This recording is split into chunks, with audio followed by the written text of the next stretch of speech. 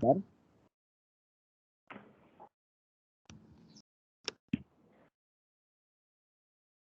Oke.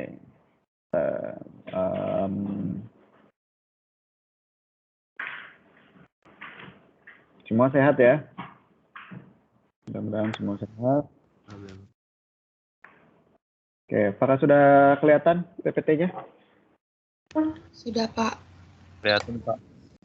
Oke, sambil menunggu teman-teman yang lain untuk join, mungkin saya silakan kalau ada pertanyaan dulu terkait dengan materi kita minggu lalu. Mangga sebelum kita mulai masuk ke topik yang baru hari ini, yaitu struktur dan struktur atom dan struktur elektroniknya ya. Jadi kalau minggu lalu kita mendiskusikan secara umum terkait dengan apa itu apa itu ilmu kimia, kemudian apa saja yang dipelajari dari ilmu kimia dan lain sebagainya. Hari ini kita mulai dari mempelajari apa itu atom, kemudian dari perspektif atom kayak gimana sih sebenarnya struktur atom itu, bentuknya kayak gimana gitu ya, dan struktur elektroniknya seperti apa. Karena kalau kita nanti berbicara tentang molekul, maka kita tidak akan bisa memprediksi sifat-sifat dari suatu molekul atau zat secara umum ya. Misalnya kenapa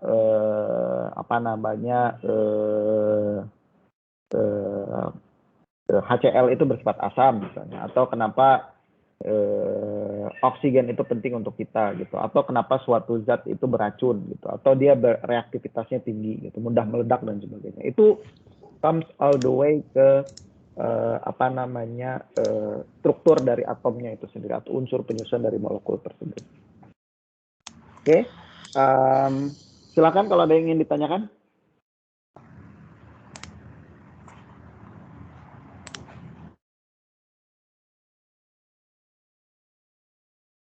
Ada yang ingin ditanyakan? Sebenarnya sejauh ini belum, Pak. Oke, jadi kalau tidak ada yang ditanyakan, sudah jelas dari minggu lalu. Mungkin saya yang tanya duluan ya. Jadi kita coba ngobrol dulu sebelum kita masuk ke lebih jauh tentang struktur atom ini seperti apa. Nah, ini kalau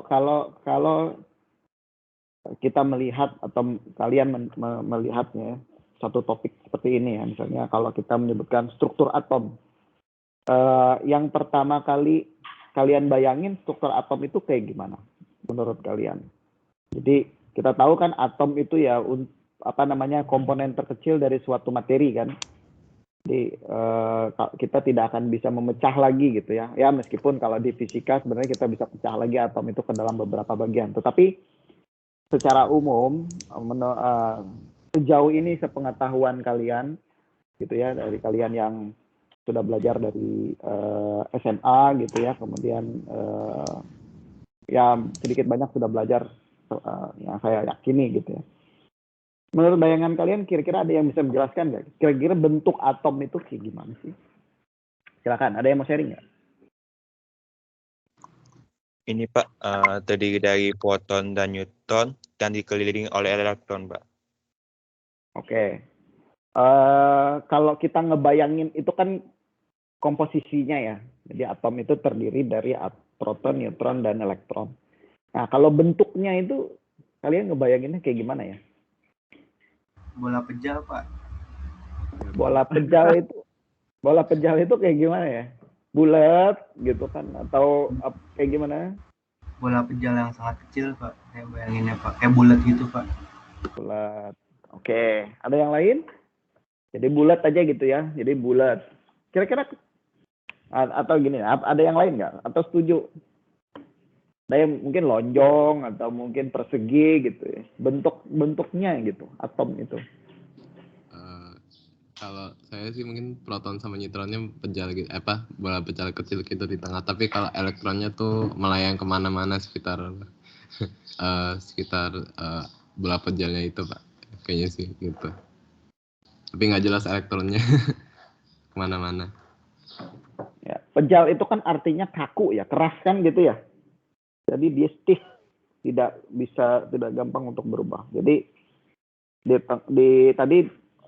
jadi kalau kamu ngebayanginnya di tengah-tengah itu bulat gitu ya. Terus elektronnya ini melayang di sekitarnya gitu ya. Iya, Pak. Oke. Ada lagi yang lain? Ada juga yang mungkin pernah ngeliat nggak kalau kita ya ini banyak sih sebenarnya kayak orang ngegambarin kayak solar system gitu ya. Jadi inti atom itu seolah-olah kayak mataharinya, kemudian elektron itu kayak planet-planet gitu yang mengorbit gitu ya. Pernah nggak lihat seperti itu bentuk atom itu kayak gitu? Ada Pernah, Pak. gambarnya gitu ya, Pak? Ada, Pak. Nah, menurut kalian kira-kira yang paling cocok, yang paling akurat yang mana? Kira-kira aja nih, sebelum kita masuk nih yang realnya itu kayak gimana sih sebenarnya gitu.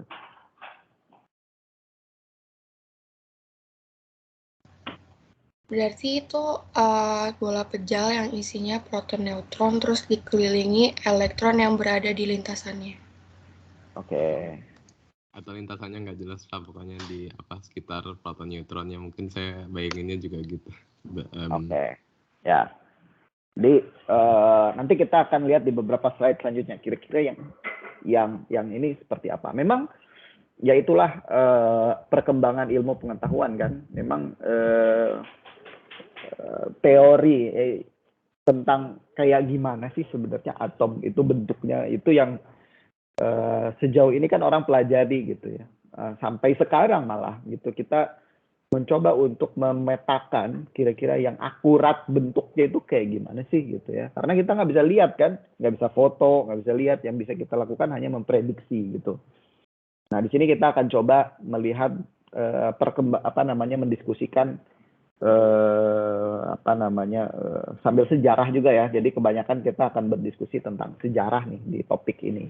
Bagaimana teori-teori tadi di-develop gitu ya oleh para saintis di masa lalu gitu ya, dan pandangan mereka terhadap kayak gimana sih ya struktur atom itu sebenarnya gitu ya. Tadi teman kita ada yang mengatakan kayak bola pejal, kemudian ada kayak inti atomnya itu merupakan bola pejal, kemudian ada elektron yang mengintasi di sekelilingnya kayak planet gitu ya, kayak solar system. Ada yang mungkin kalau kita lihat misalnya yang kayak gini nih, ada juga yang kalau kita sering lihat tuh kan kayak gini, ini inti atomnya, terus ya begini nih. Nah ini kan ini elektronnya misalnya gitu ya. Nah, ini kan ini anti atom, inti ya, nukleus, ini elektron. Gitu. Nah di dalam nukleus ini kan ada elektron, ada proton, ada neutron. Gitu ya, protonnya itu bermuatan positif. Nah, apakah betul kayak gitu bentuknya atau kayak bola aja pejal gitu ya? Nah, atau yang kayak gimana? Atau tadi ada yang terakhir kalau nggak salah menyebutkan bahwa lintasan ini nggak jelas gitu. Jadi bisa kemana-mana gitu. Dia kayak awan elektron saja gitu. Kayak awan gitu. Nah, kira-kira yang mana yang akurat? Nanti kita akan lihat. Tapi sebelum ke sana kita coba runutkan dulu gitu ya. History of atomic theory-nya. Jadi dari mulai yang paling sederhana, yang paling tradisional itu sebenarnya orang udah mikirin konsep tentang atom ini udah lama gitu ya. Yang tertulis, yang tidak tertulis kita nggak tahu, mungkin bisa lebih lama lagi gitu ya. Jadi konsep terkait dengan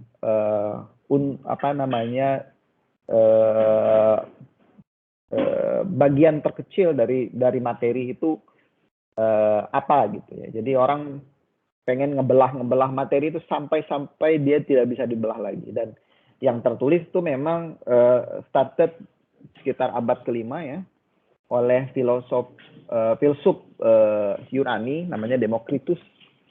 Ya, jadi dia yang secara tertulis ya saya nggak tahu sebelum dia mungkin ada juga konsep itu, tetapi tidak terekam dengan baik di sejarah aja gitu. Cuma in the context of textbook memang Demokritus yang pertama kali mengemukakan bahwa dan percaya gitu ya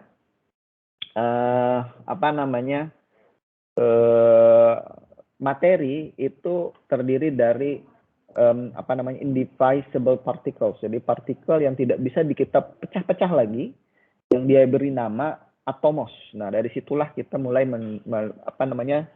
mengenal konsep tentang atom dari atomos itu tadi. Meskipun ide tersebut nggak diterima oleh teman-temannya, kan teman-teman filsuf di Yunani kan banyak, ada Plato, ada Aristotle, ya, ada yang lain gitu ya. Karena waktu itu konsep tentang materi itu kan terbagi menjadi 4 unsur. Kalau teman-teman suka nonton science fiction itu kan, kalau zaman Greek dahulu biasanya orang menghubungkan suatu materi itu dengan 4 unsur: air, tanah, angin, dan api ya. Jadi nggak ada konsep ini. Padahal kan sebenarnya tanah kita bisa potong-potong lagi gitu menjadi unsur yang lebih kecil. Begitu juga angin atau gas lah kalau kita sekarang gitu. Jadi waktu itu masih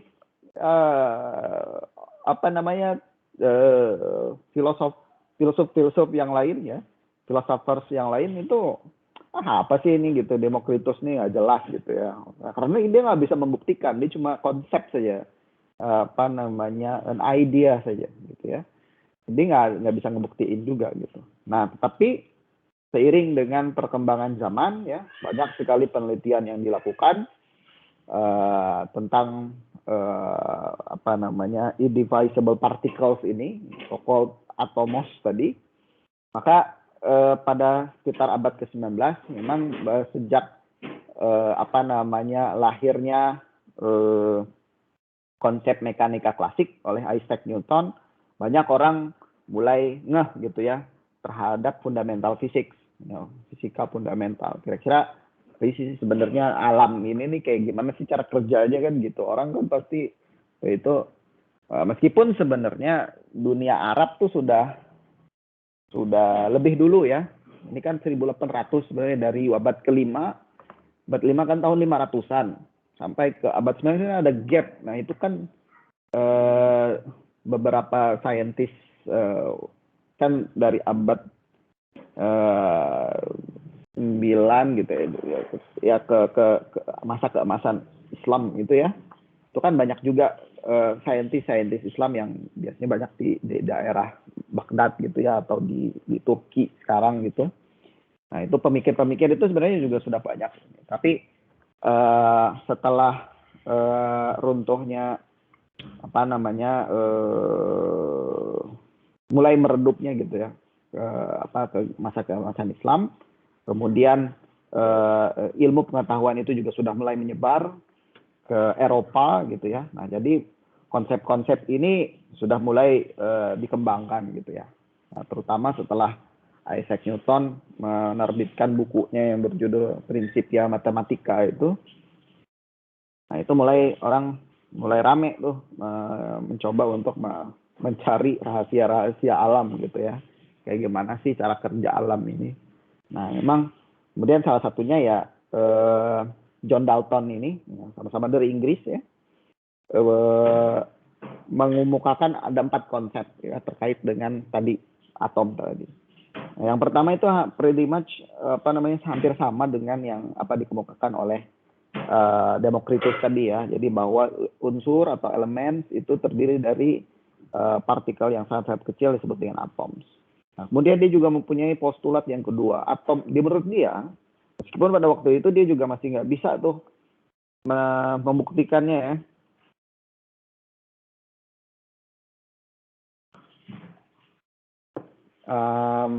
Jadi dia mengatakan bahwa atom tadi itu identical. Ya, jadi apapun unsurnya. Jadi mau unsurnya itu hidrogen, oksigen, karbon dan lain sebagainya. Ya, meskipun pada waktu itu pada abad ke-17 itu tidak semua unsur yang ada di tabel periodik itu ditemukan. Masih kalau mungkin masih beberapa aja gitu. Orang masih belum tahu ada silikon, ada xenon, helium dan lain sebagainya. Paling unsur-unsur yang esensial ya, misalnya seperti karbon, oksigen gitu ya. Itu orang udah tahu tuh ada unsur yang namanya oksigen gitu.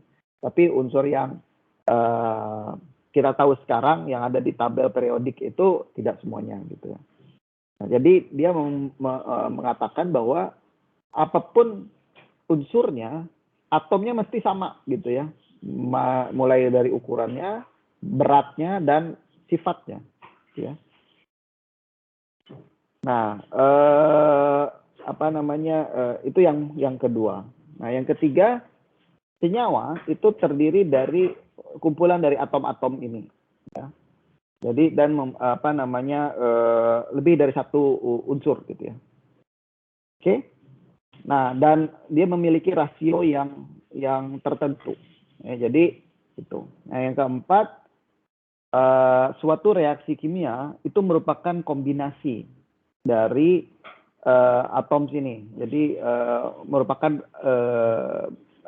proses di mana kita bisa melakukan pemisahan, kombinasi, kemudian rearrangement, ya, pengaturan ulang dari atom-atom yang tersusun dalam unsur tersebut. Nah, tetapi dia tidak menghasilkan tapi reaksi kimia ini tidak menghasilkan pembentukan ataupun pemusnahan atom itu sendiri. Jadi cuma separations, combinations, dan rearrangements. Ya. Jadi 4 hal tadi. Yang pertama, atom itu adalah bagian terkecil dari elemen. Kemudian atom itu untuk satu unsur dia identical ya. Misalnya karbon, unsur karbon ya atomnya juga kalau kita punya unsur karbon yang lain, atomnya pasti sama. Ya, jadi seperti itu. Nah, kemudian senyawa merupakan gabungan dari atom-atom tadi. Dan yang keempat, reaksi kimia itu merupakan proses di mana kita bisa melakukan separasi, kombinasi, dan rearrangement. Oke, nah kemudian setelah itu ada lagi saintis yang namanya Joseph Proust. Ya, dia mengemukakan suatu hukum ya, yang kita sebut sebagai hukum perbandingan tetap ya, atau definite proportions. Mungkin teman-teman sudah belajar ini di kimia SMA ya. Jadi intinya kalau kita punya sampel dari senyawa yang sama, ya, pasti dia akan mengandung unsur-unsur penyusun yang sama pula dengan perbandingan massa yang tetap. Ya. Simpelnya begini, kalau saya punya garam ya, garam itu kan kita tahu NaCl ya, unsur penyusun utamanya gitu ya. Meskipun ya kalau di beberapa tempat ada juga garam yang mengandung unsur senyawa lain gitu, ada MgCl, ada KCl dan lain sebagainya. Tapi ya taruhlah kita anggap garam itu 100% adalah NaCl gitu ya, senyawa NaCl. Nah, maksud dari hukum definite proportions ini adalah kalau saya ambil sampel garam dari Madura, kemudian saya punya garam yang berasal dari Indramayu, lalu saya juga punya sampel garam dari Jakarta gitu ya, yang beratnya juga macam-macam. Nah, kalau saya hitung, ya, meskipun sumber dari sampel garam tersebut dari berbagai daerah dan jumlahnya berbeda-beda, tapi secara umum kalau saya ukur berapa banyak natrium dan berapa banyak Cl yang menyusun NaCl tersebut, pasti perbandingan massanya itu selalu sama, nggak mungkin beda ya. Jadi kalau di sini perbandingan massanya itu 1:1,54. Meskipun asal-usul dari senyawa tersebut berbeda, ya, dan beratnya juga berbeda. Karena secara prinsip ya senyawanya kan sama ya, nggak mungkin beda gitu ya. Jadi itu yang ingin disampaikan oleh Joseph Proust di sini. Ya. Nah kemudian di waktu yang tidak jauh di waktu yang berdekatan juga ya, John Dalton juga mengemukakan suatu hukum juga gitu ya yang kita sebut sebagai hukum perbandingan hukum multiple proportion. Saya lupa bahasa Indonesianya, Bang. Perbandingan apa ya? Nah, tapi anyway ya, intinya dari hukum multiple proportions ini, jika kita punya dua elemen, ya, dua unsur gitu ya, A dan B, kemudian dia bergabung menjadi suatu senyawa A, B gitu ya, maka perbandingan massa dari A dan B di dalam senyawa tersebut akan direpresentasikan dalam suatu rasio yang bisa kita representasikan dalam suatu rasio yang tetap gitu ya. Contoh, misalnya saya punya karbon dan oksigen, ya, dia membentuk senyawa CO. Nah, jadi senyawa CO itu mempunyai perbandingan massa yang ini sebenarnya hampir mirip seperti ini ya, seperti definite proportion atau perbandingan tetap, tapi di sini lebih menekankan kepada rasionya ya, di rasionya. Jadi misalnya seperti ini ya, rasionya ini kan 1:1. Nah, karbon dengan oksigen sebenarnya juga bisa membentuk molekul lain kalau oksigennya lebih 2 gitu ya, membentuk molekul CO2 seperti ini. Ya, jadi inilah yang menjadi basis kita dalam rumus molekul itu ya. Jadi C2H5 gitu ya. Nah, itu perbandingan. Jadi C-nya 1, H-nya 5. Ya. Oke. Nah, kemudian ada juga yang kita sebut sebagai hukum kekekalan massa, dan ini juga dipostulatkan oleh John Dalton ya. Nah, jadi kita tahu bahwa berdasarkan hukum kekekalan massa ini, pada saat kita melakukan reaksi kimia, zat itu seharusnya tidak tidak hilang dan tidak terbentuk gitu ya. Dia cuma melakukan rearrangement. Jadi ini adalah pengejawantahan dari poin yang nomor 4 ini ya. Jadi tidak ada atom baru yang dihasilkan ataupun hilang karena ada reaksi kimia tersebut. Yang ada hanyalah rearrangement saja. Ya, jadi misalnya saya punya atom X di sini dan atom Y yang bereaksi gitu ya. Jadi totalnya ada 16 atom X misalnya dan 8 atom Y. Nah, kemudian dia bereaksi membentuk senyawa X2Y gitu ya. Nah, total dari massanya ini harusnya sama. Jadi massa dari reaktan dan produk itu harus sama ya, jumlah mol. Itulah yang menjadi basis nanti mungkin di beberapa minggu ke depan dalam kita belajar stoichiometry. Jadi stoichiometry itulah yang menjadi basis kita bisa memprediksi berapa banyak jumlah produk yang akan dihasilkan. Karena secara prinsip tidak ada unsur yang hilang gitu ya. Jadi pasti jumlahnya harus sama sebelum dan sesudah reaksi. Beda kalau dengan reaksi inti ya. Kalau reaksi inti nanti itu berhubungan dengan kita menciptakan unsur baru, itu beda lagi. Tapi kalau dalam reaksi kimia biasa, jumlah reaktan itu harus sama dengan jumlah produk.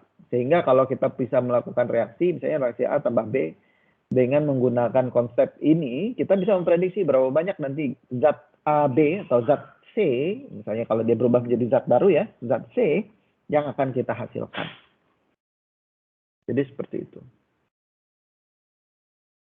Oke, sampai sini ada pertanyaan dulu terkait dengan beberapa konsep terkait ini.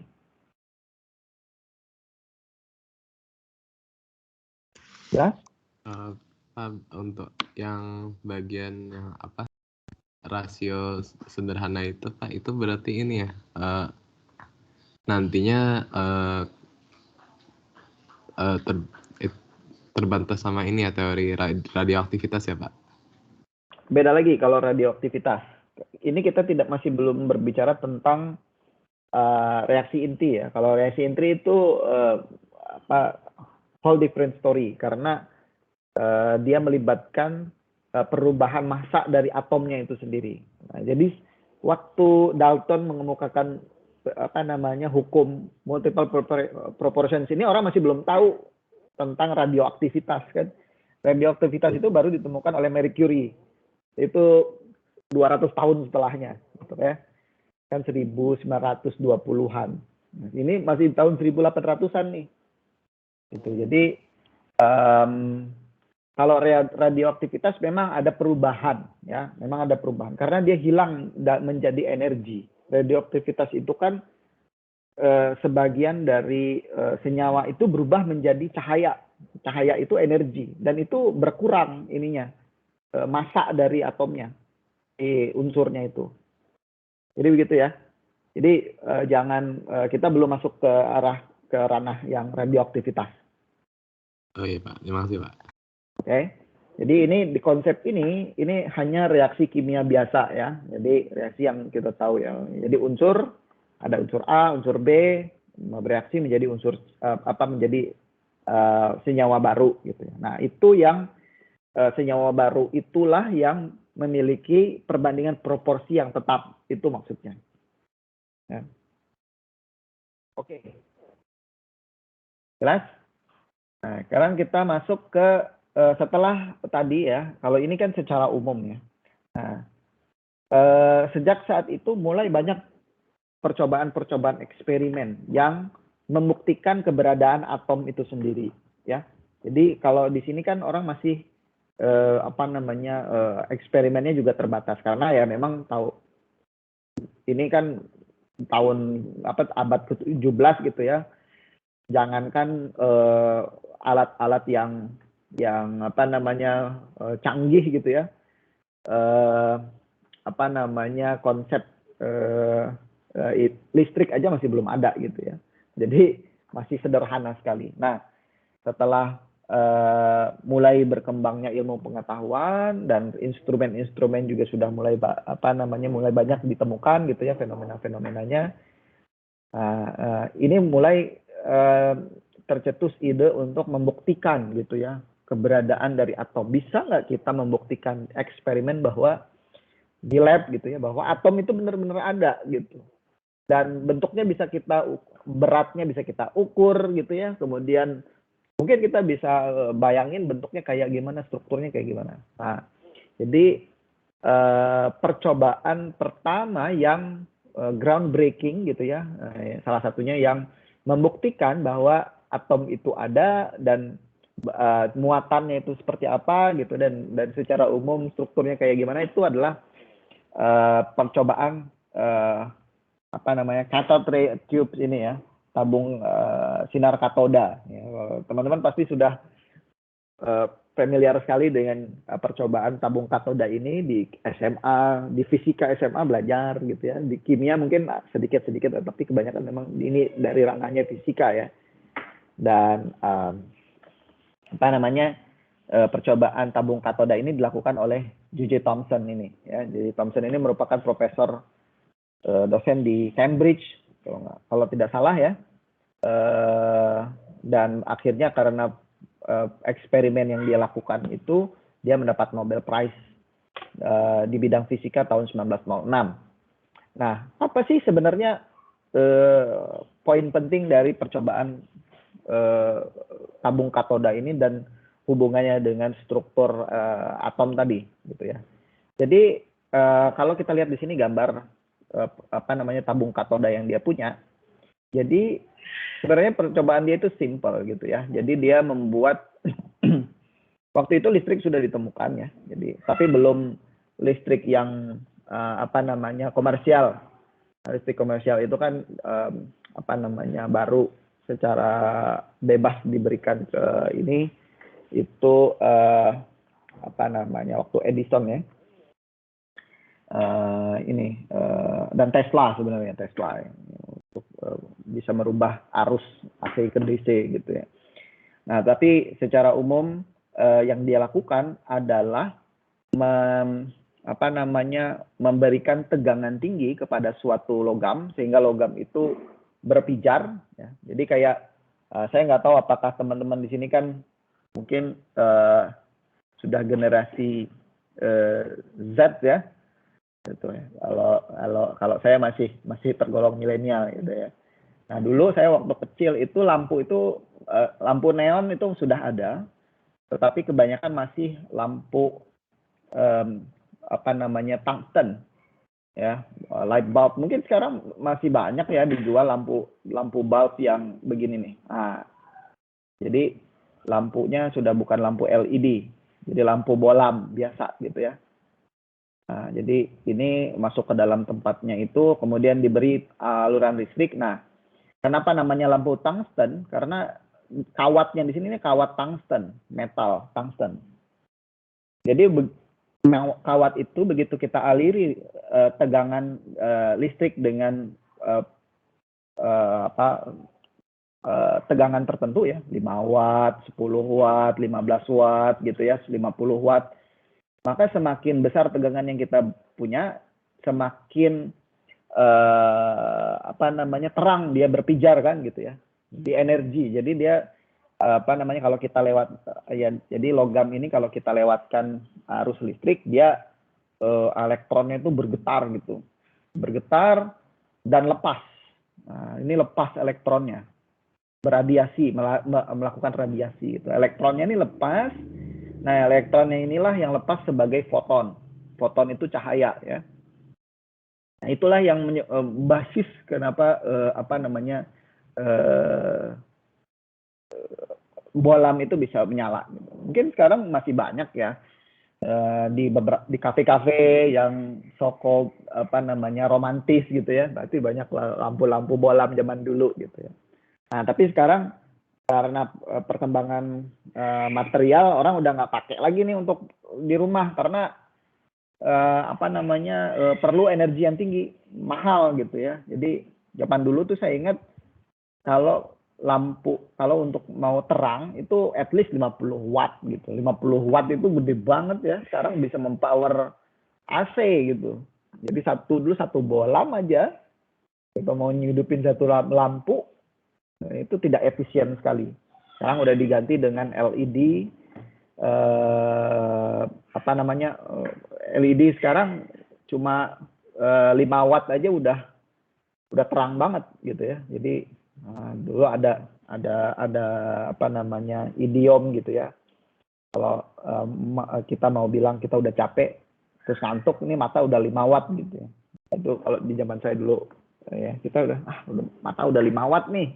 Nah, konsep itu udah nggak relevan lagi sekarang karena LED 5 watt itu udah terang banget gitu ya. Nggak ada. Kalau dulu masih lampu bulb, lampu bolam yang lama itu 5 watt memang redup banget gitu. Karena memang listrik yang diberikan juga kecil. Nah, jadi elektron yang dilepaskan oleh metal tadi, saya lupa material kawatnya apa di sini yang menjadi sumber cahayanya itu. Nah, itu akan menghasilkan ray ini kan. Nah, jadi cahaya itu tadi somehow gitu ya, dia tembakkan, jadi dia bisa memfokuskan cahaya yang dihasilkan oleh kawat tadi dengan menggunakan medan listrik. Makanya di sini ada katoda dan anodanya. Jadi dia fokuskan cahaya tadi dengan menggunakan dua kutub anoda dan katoda, sehingga menjadi suatu cahaya yang seperti laser gitu ya. Nah, jadi dia bisa lihat, dia bisa amati. Jadi kayak laser itu kan kayak gitu ya. Laser itu sebenarnya kepanjangan light amplified scatter apa gitu. Laser itu ada kepanjangannya. Jadi kalau kalian nanti setelah saya lupa kepanjangannya apa. Tapi intinya laser itu kalau kalian habis kelas ini Google kepanjangan laser itu apa. Jadi itu cahaya yang di-combine. Jadi banyak cahaya di-combine menjadi satu cahaya yang lurus gitu. Nah, itu prinsipnya sebenarnya mirip apa yang dilakukan oleh J.J. Thomson di sini. Sehingga dia bisa buat satu alur cahaya yang lurus gitu ya. Jadi dia bikin anodanya ini seperti disk kayak gitu, terus ada lubang di tengahnya gitu ya. Ini kalau kita lihat dari samping, nih kalau kita lihat dari depan gitu ya. Nah, gitu cahaya itu datang dari sini karena permukaan disk ini bermuatan. Nah, dia kan anoda ya. Muatan negatif gitu ya. Maka cahaya itu dipantulkan dan cuma cahaya yang di lubang ini saja yang bisa lewat, sehingga ini bisa keluar seperti itu. Nah, kemudian cahaya tadi dilewatkan lagi pada dua medan. Yang pertama medan magnet, di sini kalau kita lihat ada magnet, ada kutub utara dan selatannya. Dan nah buat apa magnet ini? Magnet ini akan lebih memfokuskan cahaya yang lewat tadi. Kemudian ada juga lagi dia tambah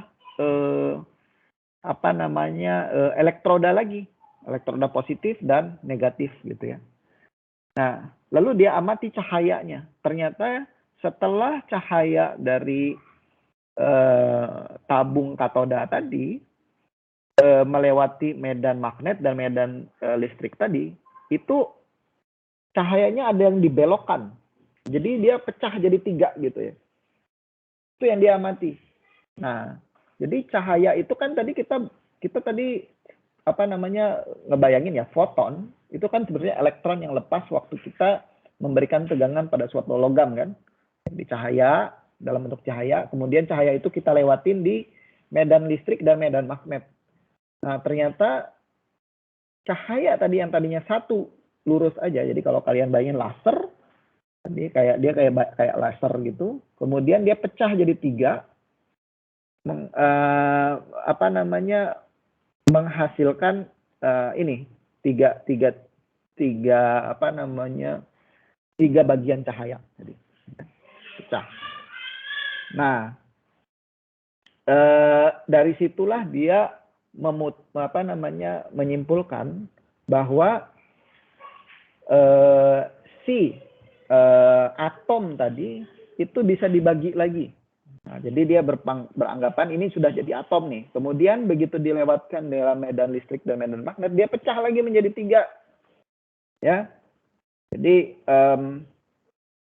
dia berpendapat bahwa si atom tadi pasti mempunyai komponen yang bersifat yang mempunyai muatan negatif, karena satu ada yang tertarik ke arah kutub positif, artinya kalau dia tertarik ke arah kutub positif atau terbelokkan, ter-attract gitu ya, karena ada interaksi pasti ya, electrostatic interaction, maka yang bagian yang dibelokkan ke arah kutub positif tadi pasti dia bermuatan negatif kan.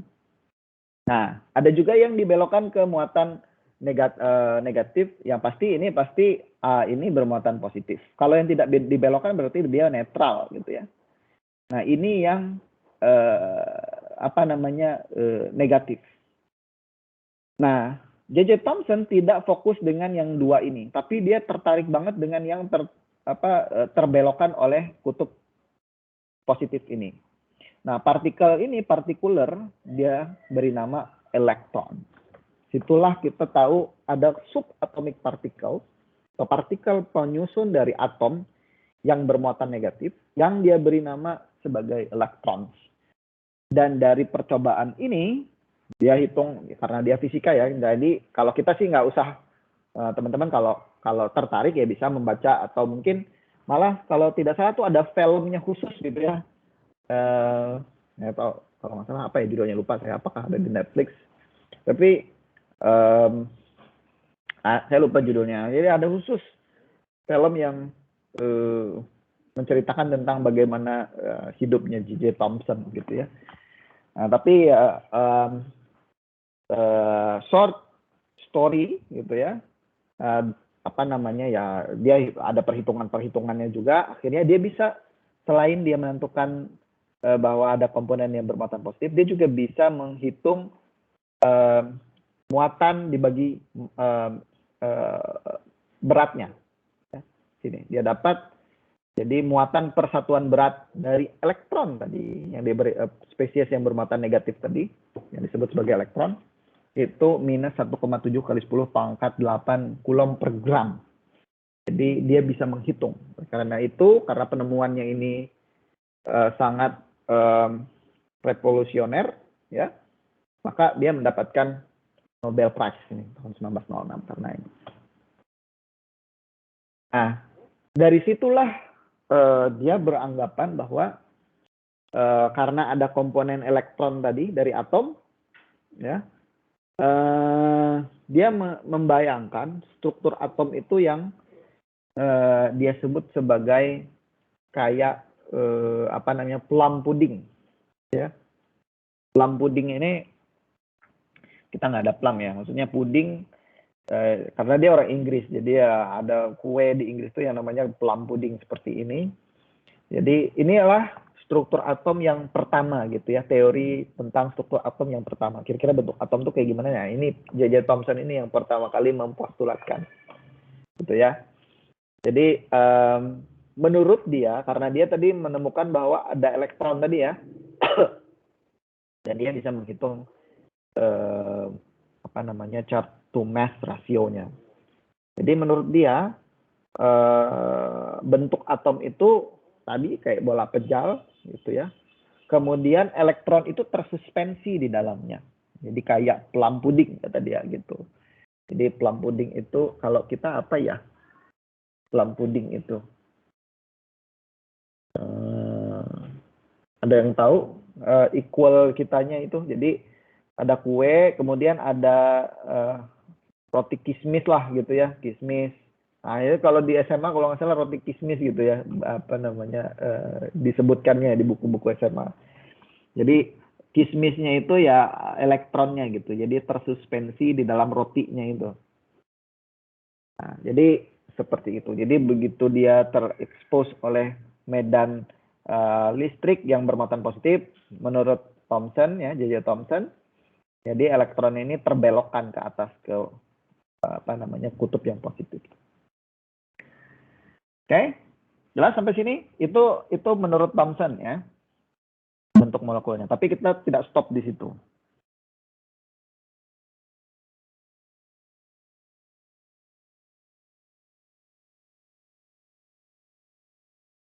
Oke, lanjut. Nah, kemudian beberapa tahun berselang,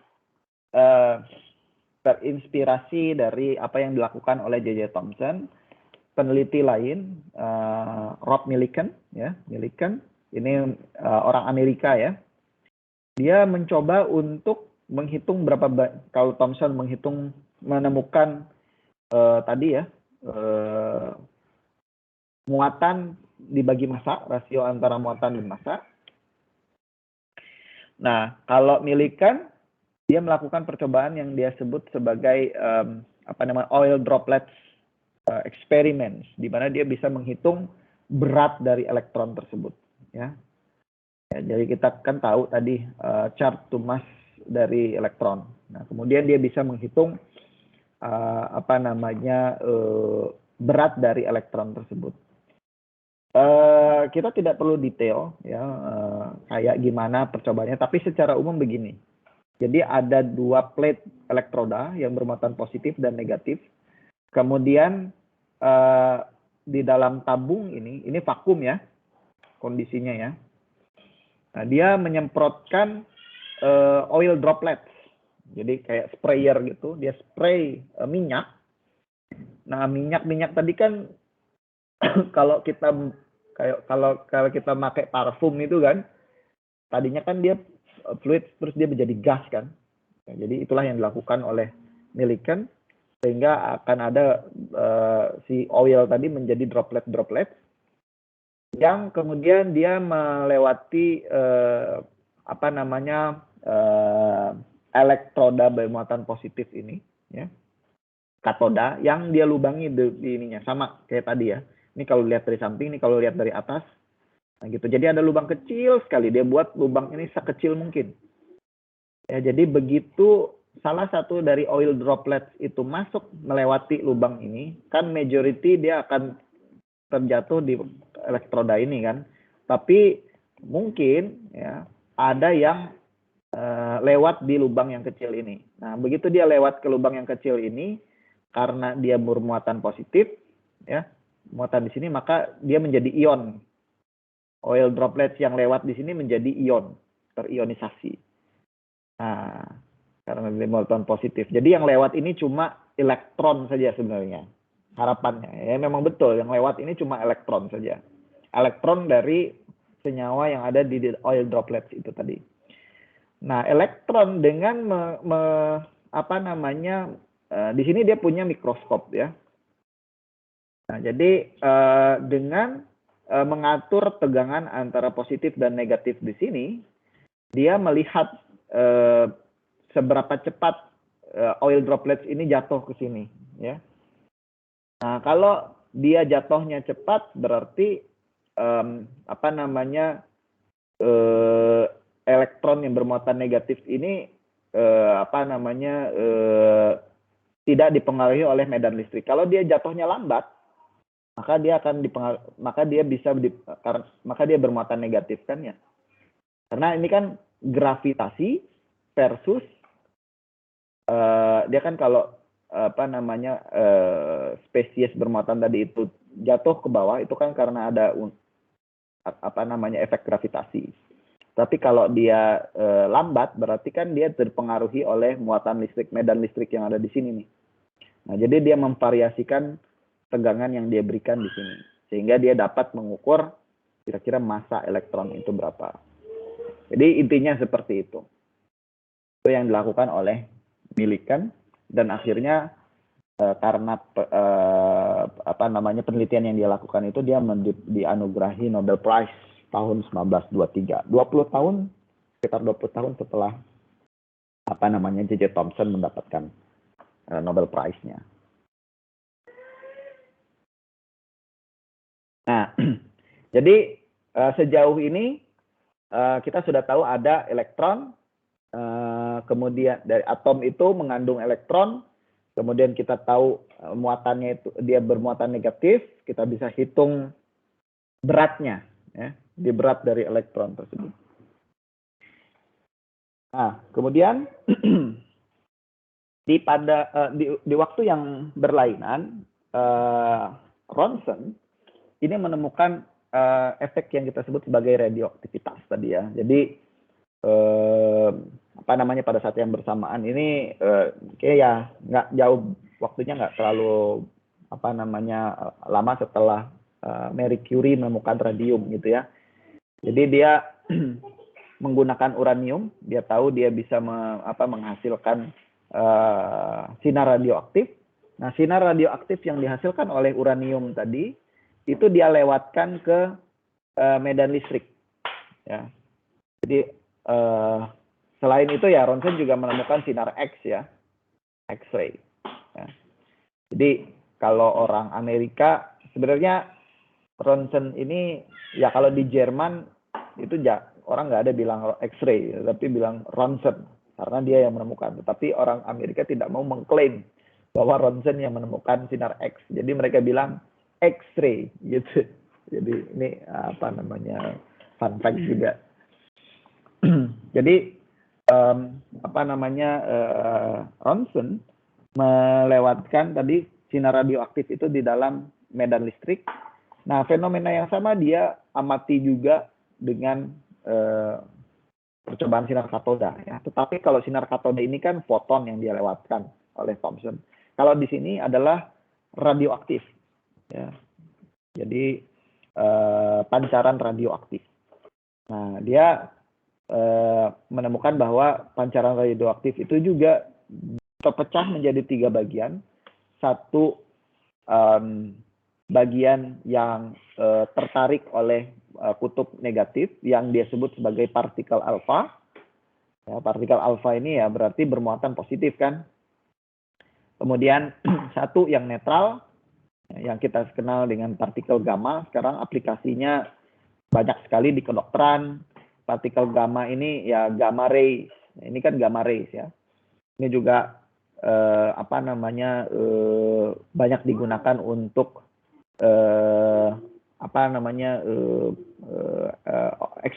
oil and gas exploration. Jadi kalau kita mau melihat apakah di dalam tanah itu ada kandungan minyak bumi atau natural gasnya, itu biasanya geologis menembakkan sinar gamma gitu ya, di gamma rays. Nah, kemudian ada satu lagi yang bermuatan negatif karena dia tertarik ke kutub positif. Itu yang tersebut sebagai partikel beta. Jadi uranium, radiasi dari uranium itu kalau kita lewatkan di medan listrik dia terpecah menjadi 3 bagian. sinar alfa, sinar gamma, dan sinar beta.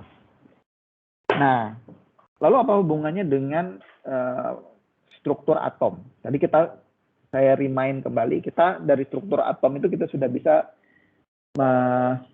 menentukan ada komponen elektron tadi ya. Nah, jadi sinar gamma tadi, alfa yang ditemukan oleh Ronson, ini dimanfaatkan oleh Rutherford. Nah, Rutherford ini adalah murid dari J.J. Thomson, di mahasiswa S3-nya J.J. Thomson. Jadi Thomson waktu itu dia sukses dengan percobaan sinar katodanya, kemudian Rutherford bekerja sebagai mahasiswa S3 di labnya J.J. Thomson, dan berpikir bahwa dia mau mencoba kira-kira apakah betul teori yang dikemukakan oleh pembimbingnya kan gitu ya. Ini pembimbing gue bener apa enggak nih gitu. Dia coba untuk men-challenge postulat yang dikemukakan oleh pembimbingnya, yaitu bahwa atom itu adalah bentuknya seperti ini, seperti plum pudding. Jadi yang dilakukan apa? Jadi dia membuat suatu set alat. Jadi dia menggunakan sumber cahaya yang dibuat oleh Ronson. Jadi dia spesifik menggunakan alpha particle ini. Jadi dia alpha particle, kemudian jadi dia menggunakan suatu unsur radioaktif, ya. Kemudian dia bisa pisahkan alpha partikelnya tadi ya. Nah, alpha partikelnya itu kan tadi ingat, alpha partikel ini kan bermuatan positif ya. Nah, alpha partikel itu dia tembakkan ke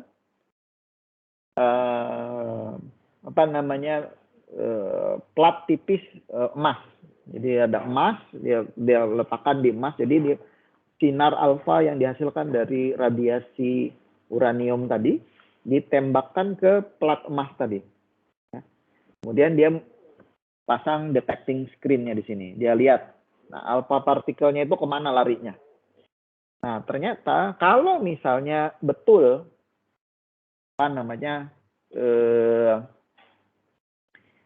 struktur atom itu seperti plum pudding seperti ini, di mana elektron itu tersebar merata di seluruh atom.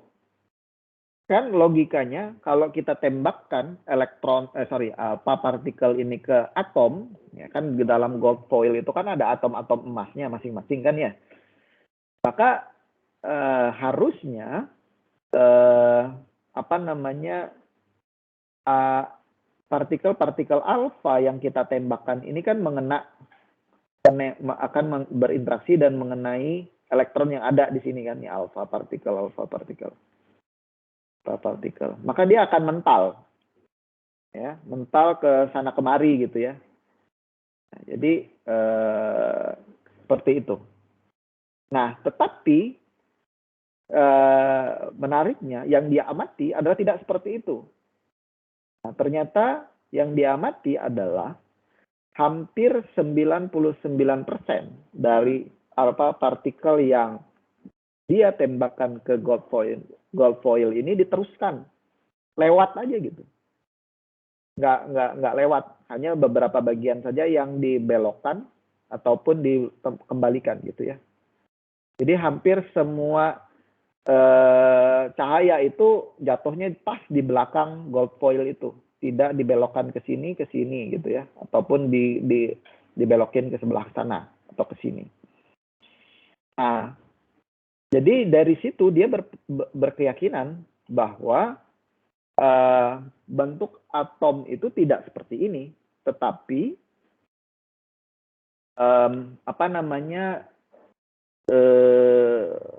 positive charge-nya itu terkonsentrasi di dalam nukleusnya.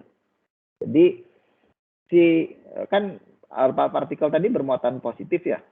Jadi kalau dia bermuatan positif kena partikel yang bermuatan positif juga, pasti dia akan dibelokin kan gitu ya. Beda kalau dia dengan elektron cuma lewat doang. Jadi Nah, jadi dia berpendapat, oh pasti struktur yang plum pudding tadi salah gitu ya.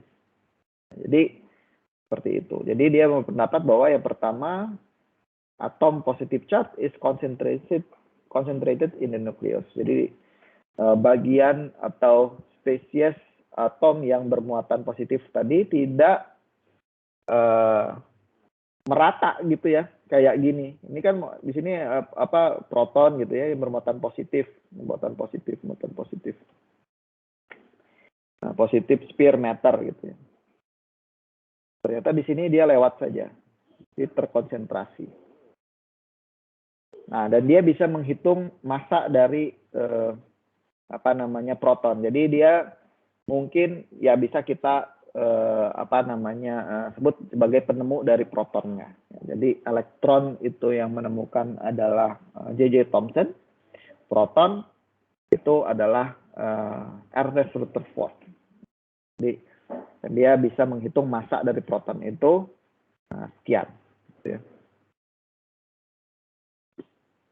Nah, yang terakhir neutron. Jadi dari sinar katoda ini kan kita tahu sebenarnya tadi ada satu lagi partikel yang tidak bermuatan. Jadi elektron tadi sudah, kemudian neutron, positron, proton tadi sudah. Ini elektron, ini proton, dan neutron. Neutron ini dibuktikan secara eksperimen oleh Chadwick, James Chadwick. Kalau tidak salah dia dosen di University of Auckland, kalau tidak salah ya. Saya lupa, Auckland atau Sydney gitu. Australia, seingat saya. Nah, apa yang dilakukan dia sama menembakkan partikel alfa ke lempeng beryllium. Ya. Jadi high energetical alpha particles dia tembakkan ke lempeng beryllium sehingga dia mendeteksikan adanya neutron. Dan dia dari sini bisa membuktikan bahwa masanya sekitar 1,67 kali 10 pangkat minus 24 gram. Jadi dari situlah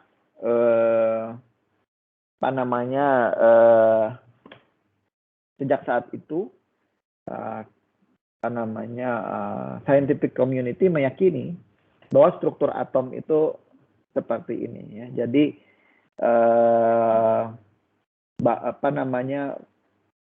proton dan neutron. Ya. Jadi secara umum atom itu terdiri dari 3 tadi bagian, ya betul tadi yang sudah disampaikan waktu kita di awal sekali oleh teman kita. Atom itu terdiri dari 3 subatomic particle. Subatomic particle artinya partikel penyusun dari atom, yaitu proton, neutron, dan elektron. Di mana proton bermuatan positif tadi, neutron bermuatan netral atau tidak bermuatan, dan elektron bermuatan negatif. Dan semua ini sudah dibuktikan secara eksperimen keberadaannya. Ya, sudah dibuktikan, nyata gitu, ada. Ya, tidak seperti Democritus tadi atau John Dalton yang cuma konsep saja. Jadi sudah dibuktikan keberadaannya secara eksperimen. Dan struktur mereka juga itu secara tidak langsung juga sudah dibuktikan. Jadi dari percobaan-percobaan yang tadi kita diskusikan, kita tahu bahwa inti atom itu terdiri dari proton dan neutron, dan dia terbungkus atau packed in an extremely small nucleus. Jadi kecil sekali. Jadi kecil sekali nukleus. Jadi ada proton, ada neutron. Terkonsentrasi sangat kecil di dalamnya. Which is why, ya, kenapa tadi waktu Rutherford menembakkan partikel alfa, dia lewat-lewat aja. Karena intinya itu kecil banget. Ya. 95% dari partikel alfa yang ditembakkan oleh 99,5%, ya, cuma 0,5% saja yang dibelokkan atau ya hoki lah, kebetulan menabrak inti atom. Tapi majority of particle alpha itu cuma lewat aja dari elektron. Elektron ini bisa dibayangin seperti awan, clouds tadi ya, seperti itu. Jelas? Sampai sini? Ada yang ingin ditanyakan?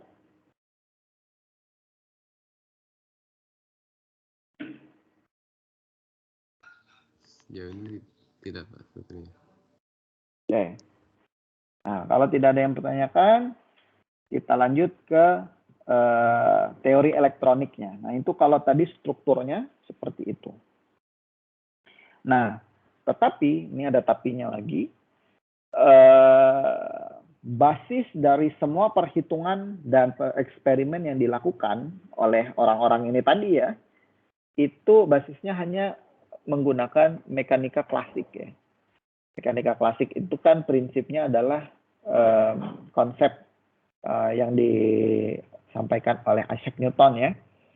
Jadi kalau kalian ingat di SMA fisika itu belajar konsep mekanika klasik itu kan yang gerak lurus beraturan, gerak lurus tidak beraturan, kemudian gravitasi, gaya kolom, itu semua itu basisnya mekanika klasik ya, classical mechanics. Dan itu memang kalau di objek-objek yang makro seperti kita ini dia konsep itu berlaku. Nah, tetapi pada tahun 1920-an itu Albert Einstein menggugurkan konsep mekanika klasik itu ya dengan teori kuantumnya ya. Jadi kita tahu sekarang gitu ya bahwa untuk objek yang ukurannya sangat extremely kecil seperti subatomic particles tadi, atau ukurannya yang extremely large, yang besar banget kayak black hole, planet, galaksi, itu tidak apply lagi terhadap mekanika klasik. Kita tidak bisa lagi memprediksi kecepatan misalnya. Saya kalau dengan mekanika klasik kita bisa memprediksi, kalau saya jatuhin, kalau kita belajar di SMA kan contoh-contoh soalnya itu kan misalnya menembakkan meriam gitu, atau yang paling gampang lah saya naik ke lantai 2 terus saya jatuhin bola gitu. Kita tahu berat bola itu berapa, bola basket atau bola golf misalnya ya, yang bola golfnya itu beratnya 500 gram gitu ya. Kemudian saya tahu ketinggian saya dari lantai atas ke bawah berapa meter, saya tahu gravitasi berapa, maka saya bisa memprediksi kecepatannya kan. Kecepatan jatuhnya itu seperti apa. Itu mekanika klasik. Nah, tetapi kalau kita berbicara tentang elektron yang ukurannya sangat kecil, konsep mekanika klasik ini tidak lagi bisa kita gunakan. Tidak lagi akurat gitu ya untuk menentukan seberapa cepat sih elektron itu bergerak dari poin A ke poin B. Itu tidak lagi applied dengan mekanika klasik. Kita tidak lagi bisa menggunakan rumus misalnya setengah mv kuadrat gitu ya terhadap benda-benda yang kecil tadi ataupun benda-benda yang besar kayak misalnya tadi black hole, planet. Makanya konsep kuantum ini menjadi revolusioner. Jadi yang pertama kali mendevelop itu kan ya sebenarnya ada kontribusi dari Max Planck juga gitu ya, dan Einstein. Einstein kan mahasiswa postdoc-nya, pernah kerja gitu ya dengan Max Planck. Nah, secara eksperimen ini pun kita bisa lihat gitu ya. Jadi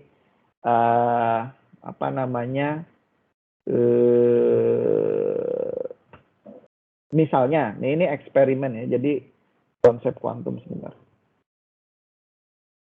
Ada yang kita sebut sebagai Zeeman effect ya. Jadi kalau kita berikan cahaya kepada kalau tadi ya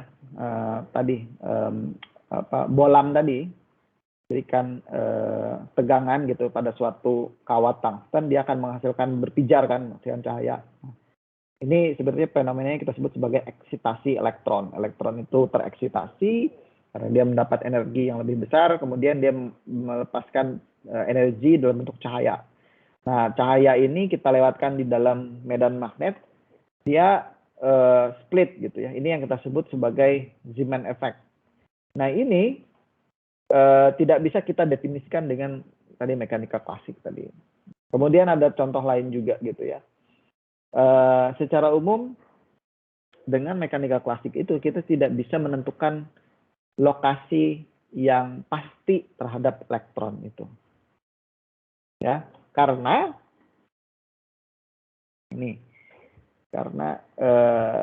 elektron itu mempunyai dualisme, sifat dualisme, yaitu subatomic particle ini, baik proton, elektron ataupun neutron, dia bisa bersifat sebagai partikel, bisa bersifat sebagai gelombang.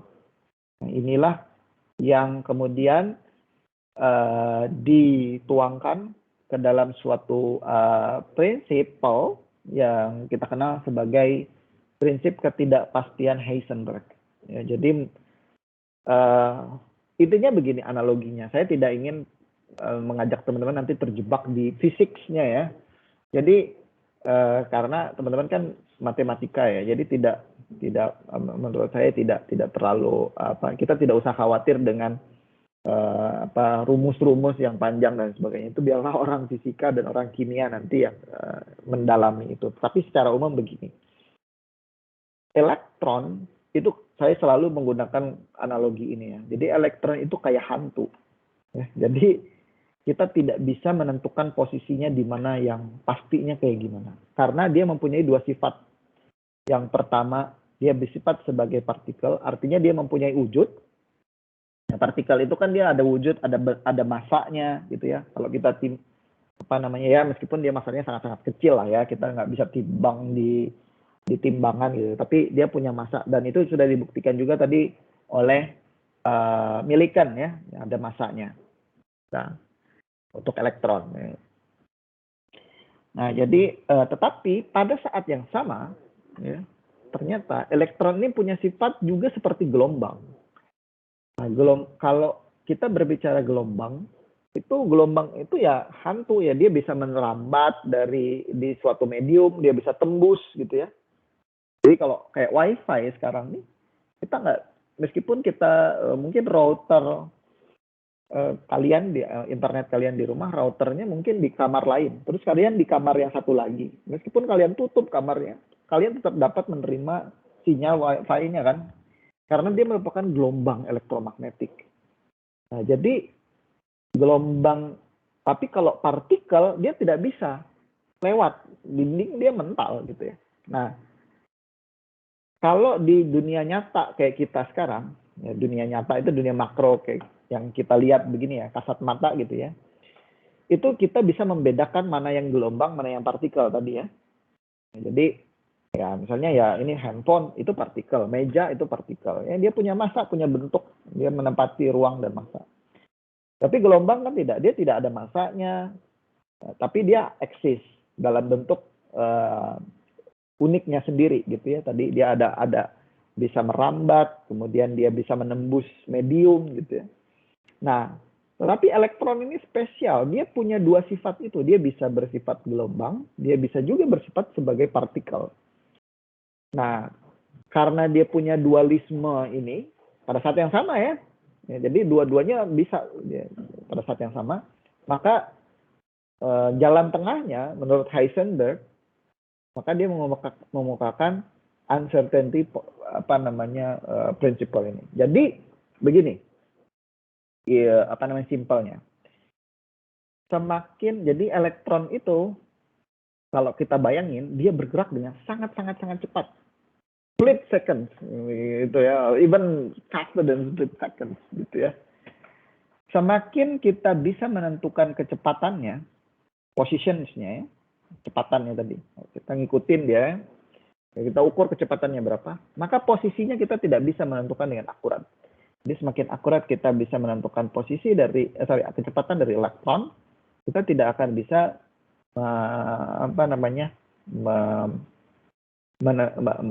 mempinpoint di mana posisinya, karena dia gerak terus. Ya.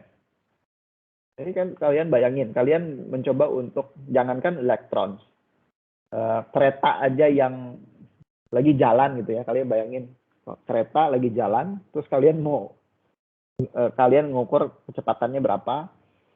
Kecepatan kereta kan nggak seberapa ya, paling 80 km per jam gitu. Kalau dia lagi jalan, kita kan juga agak susah menentukan di mana posisinya, gitu ya. Ya meskipun masih bisa lah kita cut frame by frame. Tapi elektron karena dia saking cepatnya dia bergerak gitu ya, maka kita tidak bisa menentukan dengan pasti posisinya di dalam ruang 3 dimensi itu di mana. Karena itu digambarkan dengan position kan. Kecepatan kan moment.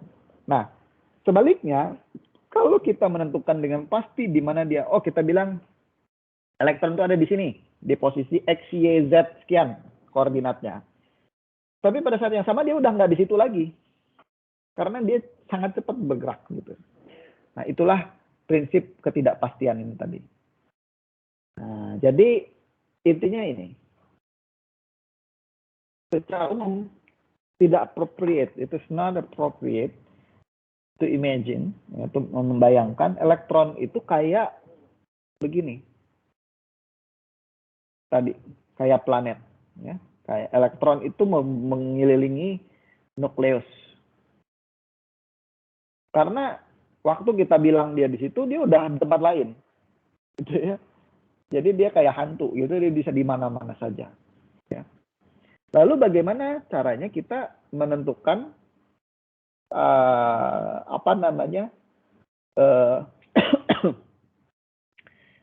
posisinya, ya, bentuknya kayak gimana? Nah, inilah yang kemudian pada tahun 1926 Erwin Schrödinger keluar dengan suatu persamaan matematika yang sangat revolusioner yang kita sebut sebagai persamaan Schrödinger. Dan ini sampai sekarang menjadi momok ya, misalnya meme gitu ya untuk orang kuantum mekanik gitu ya. Nah, Schrödinger ini sebenarnya kayak teman-teman semua di sini. Dia bukan orang fisika, bukan orang matematika. Dia statistician, orang statistik. Tapi dia karena waktu itu mungkin ya komunitas saintifik lagi rame terkait lagi rame membahas dualisme partikel, gelombang, elektron. Ini dia ikut-ikut coba mendevelop pemahamannya. Jadi apa sebenarnya yang bisa disampaikan dari persamaan Schrödinger ini? Jadi lagi-lagi saya tidak ingin mengajak teman-teman untuk terjebak dengan persamaannya ya rumus matematika, rumusnya gitu. Tapi yang penting adalah apa physical meaning dari persamaan Schrödinger itu. Jadi ada dua hal ya, jadi persamaan Schrödinger ini. Yang pertama, dengan menggunakan persamaan Schrödinger ini, kita bisa menentukan yang pertama adalah energi dari elektron tersebut. Jadi ternyata elektron itu punya energi tadi ya. Ya. Jadi energi dari elektron dengan fungsi gelombang itu sendiri. Jadi kan gelombang itu kan punya fungsi ya. Nah, jadi ini kan gelombang. Nah, biasanya kan dia punya fungsi kan. Nah, ya, fungsinya fungsi trigonometri biasanya kalau gelombang ya. Nah, jadi kalau kita punya elektron dengan fungsi gelombang tertentu, maka kita bisa hitung energinya berapa dengan menggunakan persamaan Schrödinger ini. Itu yang pertama, energi. Energi ini kan menggambarkan keberadaan dia kan. Sesuatu yang punya energi ya dia ada gitu ya. Nah, yang kedua ini yang penting. Dengan menggunakan persamaan Schrödinger ini kita juga bisa, kalau Heisenberg sudah bilang kita tidak mungkin bisa menentukan posisi elektron itu secara akurat. Nah, kalau orang statistik kan beda ya perspektifnya. Kalau kita nggak bisa menentukan dengan akurat, at least kita bisa menghitung probabilitasnya. Nah, itu keuntungan kelebihan dari Schrödinger. Karena dia mathematician. Jadi dia bisa menghitung probabilitasnya, kemungkinan. Jadi karena kita nggak bisa 100% tahu dia di mana, kita bisa mengestimasi kira-kira probabilitas dia berada di suatu koordinat itu berapa. Nah, itu yang bisa juga kita tentukan atau kita estimasikan dengan menggunakan persamaan Schrödinger. Jadi persamaan Schrödinger itu ada dua yang bisa kita tahu gitu ya. Yang pertama energi dari elektron, yang kedua probabilitas of finding electrons in a volume of space. Jadi kemungkinan kita menemukan elektron itu di mana. Jadi bayangannya gini. Jadi di beberapa slide sebelumnya saya menganalogikan elektron itu seperti hantu tadi ya. Jadi kita nggak bisa tahu tuh di mana hantu. Di depan situ ada apa nggak, di sebelah sini nggak tahu gitu, karena kita nggak bisa lihat kan. Nah, tetapi dengan menggunakan persamaan statistik, kita bisa menghitung, mengestimasi lah kira-kira dari pengalaman-pengalaman orang gitu ya.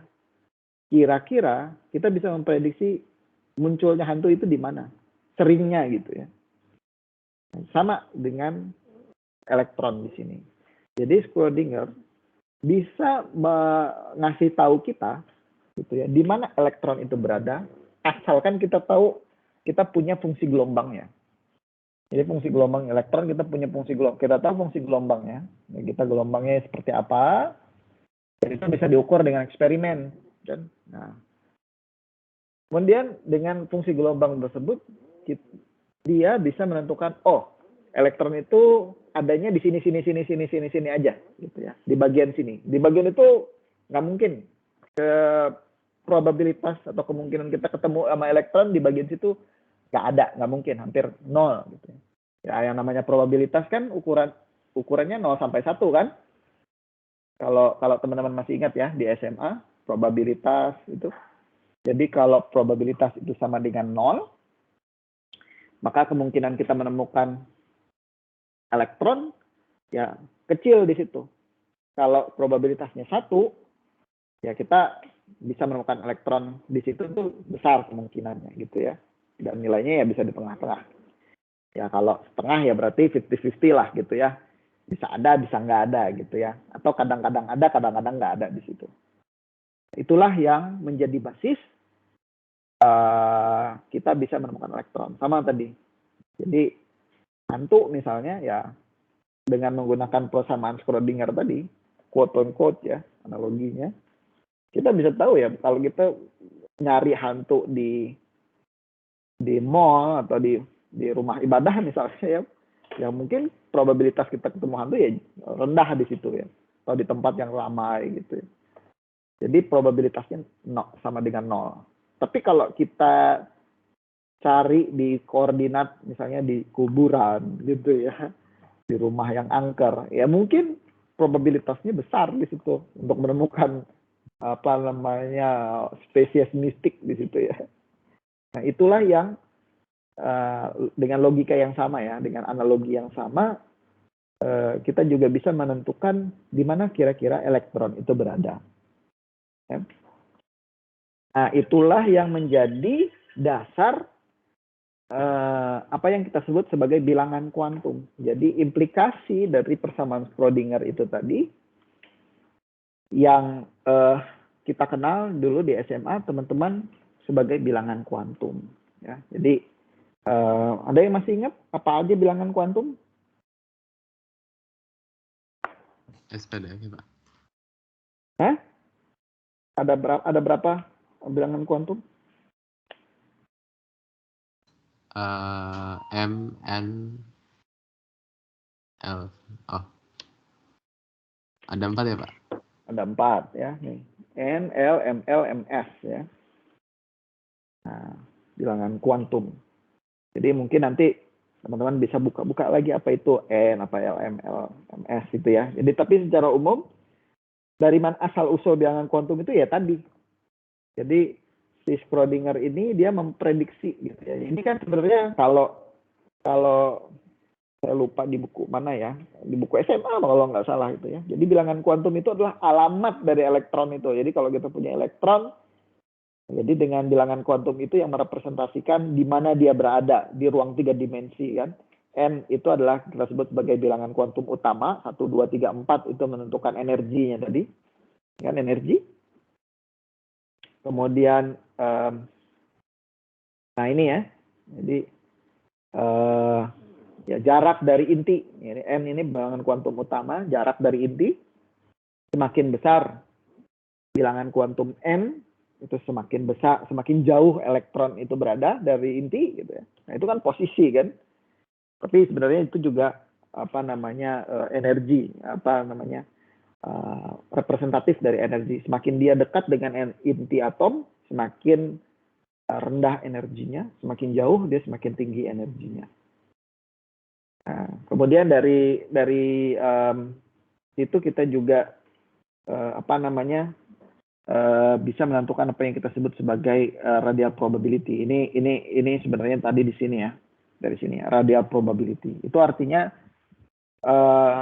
kita bisa melakukan plot antara jarak elektron dari inti dan probabilitas kita menemukan elektronnya. Jadi kalau saya jalan ya, kalau kita ibaratkan bayangin jalan, misalnya ini sumbunya ya, sumbu X gitu ya.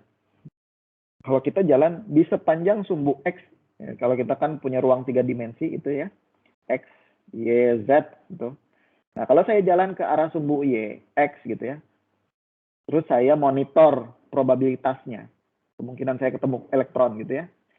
Nah semakin saya, kalau di inti, pasti probabilitasnya 0 kan? Kita kan nggak mungkin ketemu elektron di inti. Karena di dalam inti itu kita sudah tahu dari eksperimen bahwa cuma ada proton dan neutron kan tadi. Tapi begitu kita mulai jalan menjauhi inti atom, maka probabilitas kita menemukan elektronnya semakin besar. Semakin besar, semakin tinggi, semakin tinggi. Ini kan 0 sampai 1 ya. Semakin tinggi sampai di suatu zona di mana kita nilai probabilitas kita itu sama dengan 1. Itulah kira-kira ya atom itu berada, banyaknya, seringnya dia muncul gitu ya. Nah, kemudian setelah itu kita terus jalan menjauhi inti, probabilitasnya kan turun lagi. Ya. Jadi kan atom kan nggak bisa, dia hanya cuma ada di beberapa tempat tertentu aja. Nah, itulah yang kemudian diekstrapolasi ke sumbu Y, sumbu Z, kemudian di koordinat lain gitu ya, maka kita akan dapat 3 dimensi shape of electron clouds. Di electron clouds itu kayak gimana? Bulat kah? Ini kah? Tergantung dari gimana kita menemukan elektronnya di mana, kan probabilitasnya. Nah, itulah yang memberikan bilangan kuantum kedua yang kita sebut sebagai bilangan kuantum angular. Atau bilangan kuantum azimut kalau di bahasa Indonesianya ya. Nah ini artinya sebenarnya dia menunjukkan bentuknya tadi. Nah inilah yang menjadi dasar kenapa orbital itu bentuknya beda-beda. Orbital ini bukan orbital planet kayak tadi ya, berarti orbital itu adalah posisi di mana elektron berada. Jadi orbital itu sebenarnya adalah kumpulan elektron dalam bidang 3 dimensi. Nah, itulah kenapa yang mungkin teman-teman sudah pelajari dulu untuk elektron yang memiliki energi rendah seperti orbital S itu bentuknya bulat. Karena ya berdasarkan persamaan gelombangnya sendiri, kemudian dicocokkan dengan dihitung dengan persamaan Schrödinger, kemungkinan kita menemukan elektronnya ya di sini, di bulat ini. Jadi kalau kita jalan ke sumbu X, Y atau Z equal gitu ya, probability-nya equal karena dia spherical. Nah, sedangkan untuk elektron lain yang tipenya beda ya, elektron di orbital P seperti ini, dia punya 3 tipe. Dan bentuknya itu seperti dumbbell gitu ya, seperti baling-baling seperti ini. Jadi misalnya untuk PX atau P-1 ini ada juga yang menulis P atau PX ya. Kalau saya jalan di sumbu X, kita ketemu elektron. Tapi kalau kalau kita jalannya di sumbu Y atau sumbu Z, kita nggak akan ketemu elektron sampai kapanpun nggak akan ketemu elektron karena di situ nggak ada elektron. Karena sesuai dengan fungsi gelombangnya. Jadi elektronnya beda dengan S ini. Hal yang sama kenapa elektron-elektronnya lain, misalnya orbital-orbital lain mempunyai bentuk-bentuk yang unik seperti ini. Ada yang seperti donat gitu ya, DZ square ini. Seperti ini, mungkin teman-teman sudah lihat. Di ini orbital, disinilah kita menemukan elektron. Gitu. Kalau kalian bertanya kenapa bentuknya kayak gitu, ya it is what it is, gitu ya. Itulah yang dihasilkan dari persamaan Schrödinger di sini.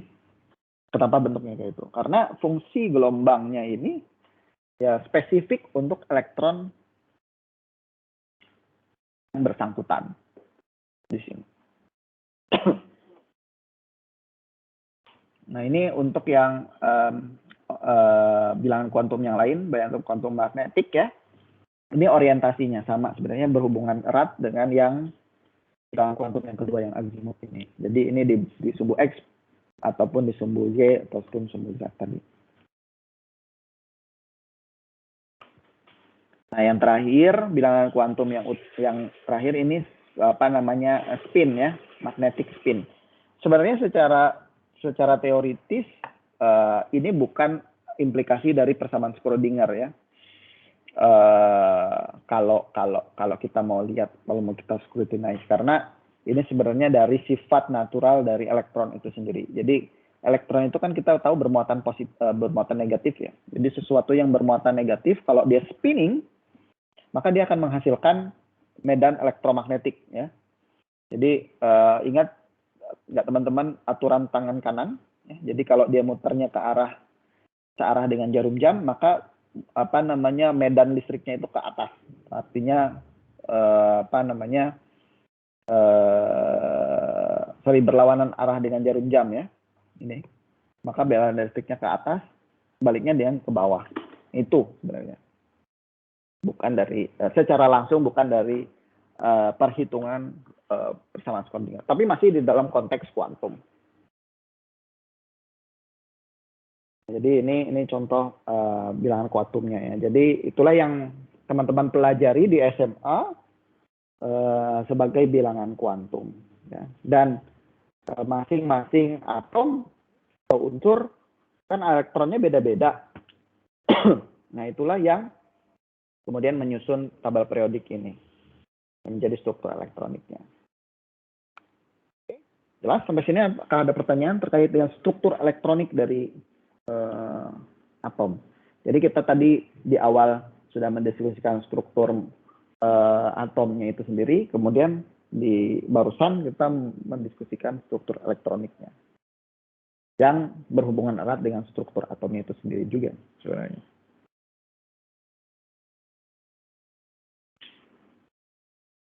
Jelas? Jelas, Pak. Jelas, Pak. Oke. Nah, ya. Oke. Nah, jadi di beberapa slide selanjutnya ini sebenarnya informatif saja ya. Jadi saya cepat saja karena kita juga sudah hampir jam 9.30. Dan beberapa hal yang akan kita lihat di beberapa slide selanjutnya ini juga sebenarnya sudah teman-teman pelajari di SMA. Jadi saya hanya mengulang sedikit saja. Jadi mudah-mudahan tidak memakan waktu yang lama. Nah, jadi ada beberapa hal yang jadi yang pentingnya itu tadi di bagian awal ya. Jadi konsep tadi itu yang harus teman-teman pahami, konsep terkait dengan bagaimana elektron itu tersusun di dalam subatomic particle tadi tersusun di dalam atom. Kemudian bagaimana kita bisa tahu bentuk atom itu kayak gimana. Ya. Jadi di sini lebih ke aplikasinya. Jadi beberapa terminologi yang bisa kita gunakan untuk mengekspresikan tadi ya unsur itu seperti apa. Jadi kita tahu ada yang kita sebut sebagai nomor atom, nomor massa, dan isotop. Ya.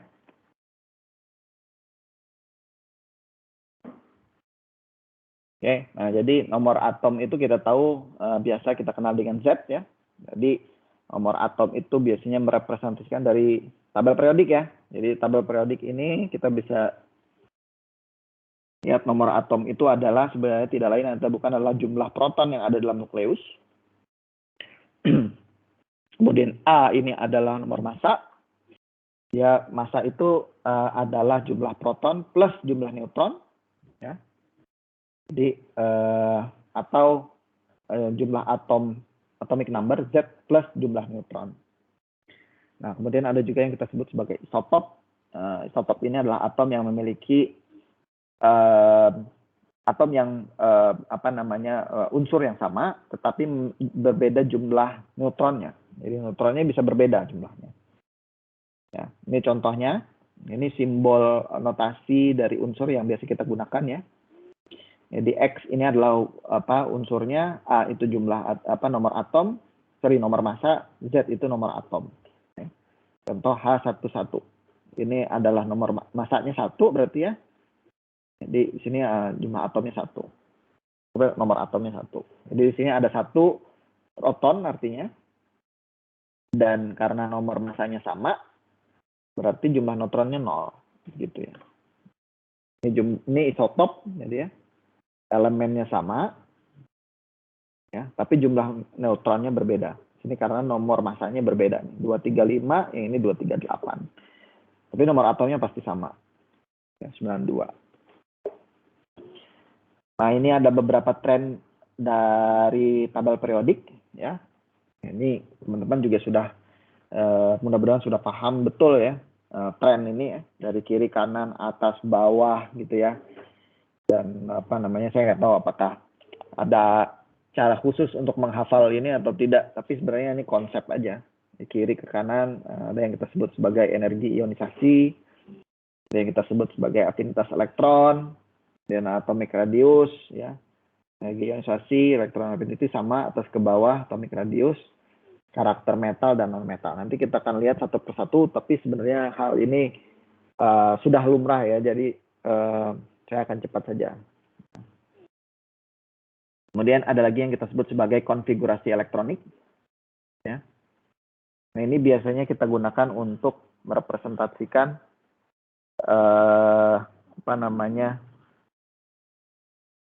bentar, saya ini dulu.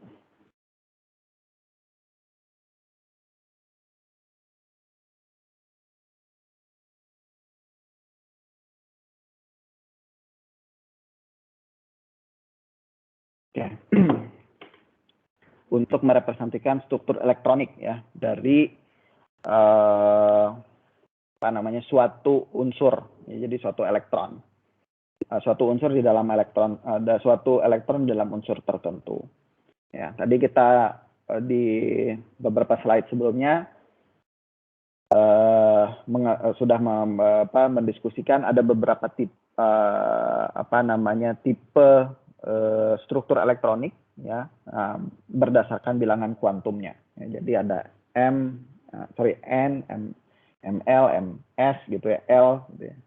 Nah, jadi biasanya itu kita notasikan ke dalam struktur konfigurasi elektronik. Biasanya seperti ini. 1S1, 2S1 ya, mungkin teman-teman sudah tahu juga. Ya, jadi 1 di sini merepresentasikan bilangan kuantum utamanya, principal quantum number. Kemudian S di sini adalah bilangan kuantum angularnya, ya, L sini. Nah, 1 di sini di superscript. Ini biasanya jumlah elektron yang ada di dalam subsel tersebut.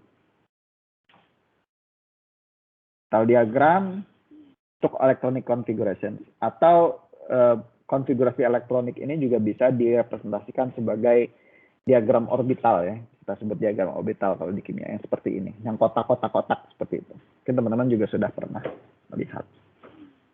Nah, ini contohnya. Tuliskan konfigurasi elektronik dari atom magnesium. Kita tahu magnesium itu totalnya dilihat di tabel periodik ada 12 elektron. Nah, ini dari diagram Aufbau, kalau teman-teman masih ingat ya. Jadi 1S, 2S2, 2P6, 3S2, total 13 elektron. Atau disingkat dengan neon. Ya, biasanya kita menggunakan helium ya. Halogen. Unsur halogen sebagai ini karena dia semua orbital S dan P-nya terisi gitu. Ya. Maksud Bapak gas mulia ya? Bukan halogen atau bagaimana? Oh iya, gas mulia, sorry. Ya, Pak. Bukan unsur halogen. Ya, betul. Gas mulia, sorry. Oke. Jadi ini disingkatnya ya. Di mana gas neon ini sebenarnya ya sama aja dengan yang ini. Jadi kita bisa singkat seperti itu. Oke, nah ini contoh soal yang lain.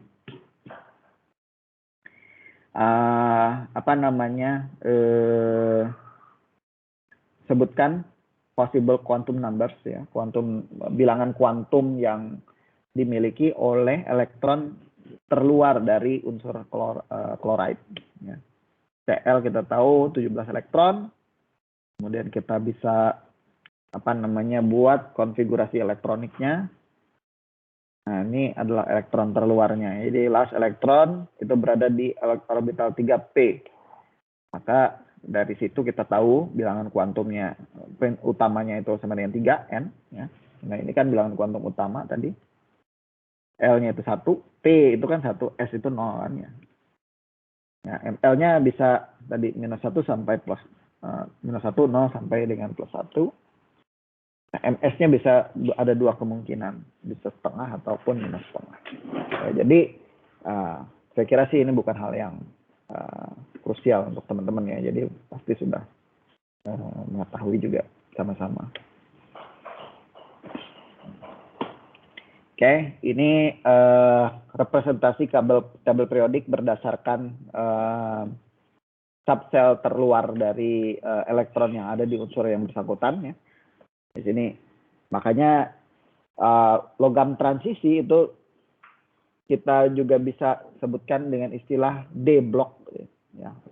Jadi logam-logam D block. Jadi kalau teman-teman lagi baca buku, tapi jarang sih kalau buku kimia dasar menggunakan istilah D block. D block itu di anorganik. Ya, karena itu menunjukkan bahwa elektron terluarnya itu berada di orbital D. Ya, P block tersebut S block gitu ya. Ini F block. Gitu. Biasanya seperti itu. Jadi kalau teman-teman membaca istilah seperti itu, ya D block, P block, S block itu artinya unsur-unsur yang ada di sini. Gitu ya. Ini adalah beberapa konfigurasi elektronik dari berbagai unsur. Contoh saja. Nah, kemudian terkait dengan spin elektron dari magnetiknya tadi MS, kita bisa menentukan sifat kemagnetannya ya. Jadi magnet itu sebenarnya berasal dari konfigurasi elektronik juga. Jadi tadi saya di awal sekali menyebutkan bahwa semua sifat yang dimiliki dari unsur ataupun molekul itu tidak lepas dari konfigurasi atau struktur dari atomnya itu sendiri, konfigurasi elektroniknya. Contohnya ada di sini adalah sifat magnetnya. Kita bisa tahu kenapa misalnya besi itu bersifat magnet, tapi kalau karbon itu tidak bersifat magnet. Karena kalau kita lihat magnet itu kan sifat magnet itu terjadi karena ada interaksi antara elektron yang ada di dalam atom tersebut dengan medan magnet yang dari luar ya, mau itu magnet batang, mau magnet yang besar, mau yang kecil gitu ya. Nah, interaksi ini terjadi kalau elektronnya itu tidak berpasangan ya, jadi unpaired elektron. Jadi misalnya seperti ini. Kalau kita punya unsur seperti ini, ada elektron yang tidak berpasangan, kita tahu di dalam satu orbital maksimal elektron yang bisa diisi itu ada 2 gitu ya. Tapi kalau dia cuma bisa diisi cuma ada 1 elektron, tidak penuh gitu ya terisinya, maka secara tidak langsung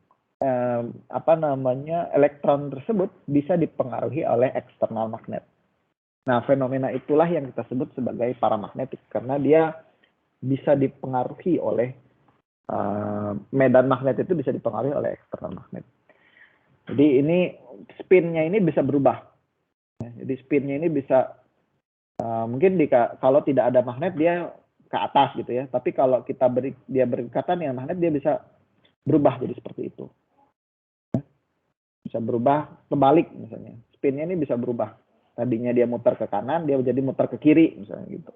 Karena influence dari luar. Nah, tapi kalau dia sudah sepasang, sudah berpasangan seperti ini, dia udah terkunci tuh. Jadi apa namanya, ini tidak bisa lagi split gitu ya, switch arahnya dari yang ke atas jadi ke bawah, karena kalau dia dua-duanya ke bawah itu tidak stabil kan. Sama kayak dia akan tolak menolak. Sama kayak kita deketin dua magnet, tapi kutubnya itu kita samain, utara sama utara, selatan sama selatan. Pasti nggak mau kan dia, tolak menolak kan. Ada resistance gitu. Sama. Tapi kalau kita balik, dia akan nempel. Nah ini juga sama.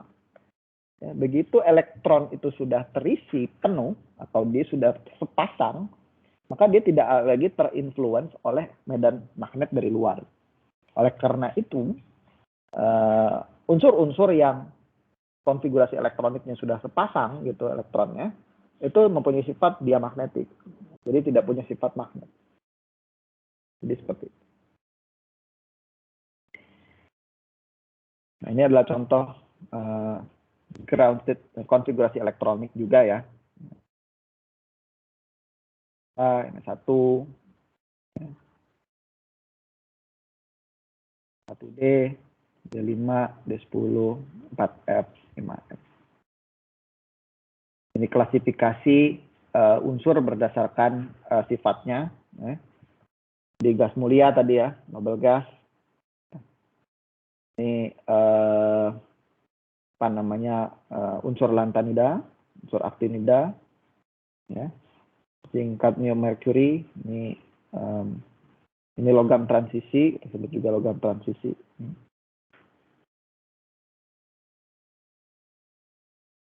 Ini konfigurasi kation. Nah, ini ada lagi kation dan anion. Kation itu artinya dia kehilangan satu elektron ya, kehilangan elektron. Jadi membentuk apa namanya, spesies yang bermuatan positif.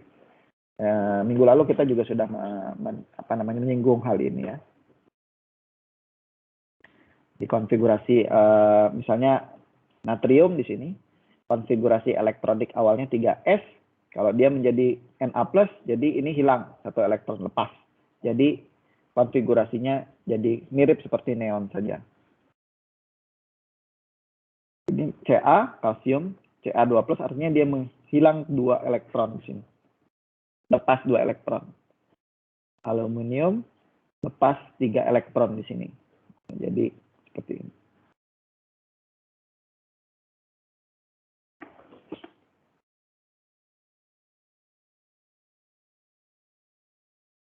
Nah, jadi kalau kehilangan elektron dia menjadi kation. Tapi kalau suatu atom menangkap elektron, maka dia menjadi anion, ya. Jadi bermuatan negatif, anion. Itu contohnya. Jadi pada kondisi netral, konfigurasi elektronik hidrogen kan 1s1. Begitu dia menangkap elektron menjadi H-, maka konfigurasi elektronik ini menjadi 1s2. Ya. Gitu. Nah, kalau pelepasan elektron atau penambahan elektron itu hanya terjadi di orbital terluarnya saja. Jadi tidak masuk ke sini nih. Jadi harus yang paling luar. Jadi elektron itu kalau mau dilepas, jadi bukan elektron yang paling dalam. Ini yang dilepas, yang dekat dengan inti. Tapi elektron yang paling luar. Logikanya kenapa? Karena elektron yang terluar itulah yang paling lemah interaksinya dengan inti kan. Kalau yang inti ini kan interaksi antara elektron dengan inti itu kan elektrostatik ya. Elektron bermuatan negatif, inti atom kan isinya proton, bermuatan positif. Nah, itulah yang menjaga elektron itu tidak lepas. Jadi kalau yang dekat dengan inti otomatis interaksinya kuat kan, karena dia dekat banget dengan inti. Nah, sedangkan yang gampang lepas itu ya yang paling jauh gitu. Jadi seperti itu ya. Nah, ini contoh-contoh beberapa jenis muatan dari kation dan anion dari beberapa unsur. Jadi kecenderungannya saja ya, tapi tidak selalu. Di unsur golongan 1A biasanya +1, +2, ini +3, ini -3, -2, -1 kecenderungannya.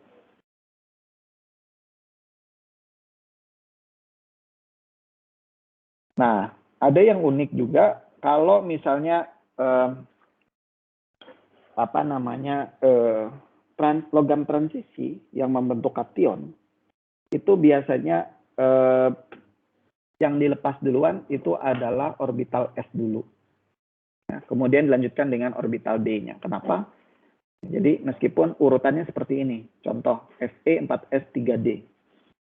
Nah, kalau dia menjadi Fe2+, yang dilepas dulu itu yang Fs yang orbital S meskipun. Nah, ini karena orbital S ini sebenarnya dengan 3D itu nggak jauh berbeda gitu ya, tingkat energinya. Ya. Meskipun elektron terluarnya 3D, tetapi yang keluar duluan itu yang lapis keduanya, 4S. Karena sebenarnya perbedaan energinya tidak terlalu jauh. Gitu ya. Jadi seperti itu. Ini aja yang pengecualian yang harus kalian ketahui. Tidak seperti di sini tadi. Nah, ini biasanya yang terluar gitu ya. Hanya ini jadi Al1+ misalnya gitu. Maka yang keluar ini P dulu, bukan 3S di sini. Jadi 3S2, 3P1 gitu ya. Ini neon. Jadi gitu. Nah, berbeda kalau dengan logam transisi, itu biasanya 4S-nya si orbital S dulu yang lepas. Ini kekhususan. Nah, kemudian ada lagi yang kita sebut sebagai ini implikasinya terhadap radius dari atomnya juga ya, ukuran atom. Ya, atomic radius itu biasanya kita definisikan jarak dari inti atom yang satu ke inti atom yang tetangganya. Nah, ini kalau dari tabel periodik kan kita sudah tahu ya, dari kiri ke kanan radiusnya itu mengecil. Nah, karena logikanya sebenarnya teman-teman nggak perlu harus menghafal kiri kanan atas bawah gitu. Logika saja, dari kiri ke kanan itu kan elektronnya makin banyak, tapi kan kulitnya cuma satu. Artinya semakin banyak elektron, maka interaksi antara elektron tersebut dengan atom, inti atomnya kan semakin kuat. Sehingga atom tersebut menciut kan, makin kecil. Gitu ya, kiri ke kanan. Nah, sebaliknya kalau dari atas ke bawah kan periodenya semakin besar. Artinya kulitnya semakin banyak. Kalau kulitnya semakin banyak, ya makin besar gitu ya atomnya. Itu aja. Nah, ini beberapa kecenderungan atomic radius gitu ya. Memang sih ada beberapa anomali di beberapa unsur tertentu gitu ya. Ini karena ada efek-efek yang misalnya ya meskipun tidak kita diskusikan di sini, misalnya untuk di kasus unsur-unsur lantanida itu ada yang kita sebut sebagai lantanida contractions. Jadi ini ada interaksi lah antara inti atom dan elektron.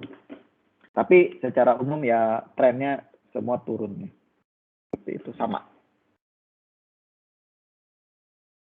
Nah, kemudian kalau dia menjadi kation ataupun anion ya, menjadi ion ya, mengion, melepaskan atau menerima elektron, maka atomnya juga berubah karena tadi ya jumlah elektronnya kan berubah. Maka interaksi antara inti atom dan elektron terluarnya pun jadi akan berubah.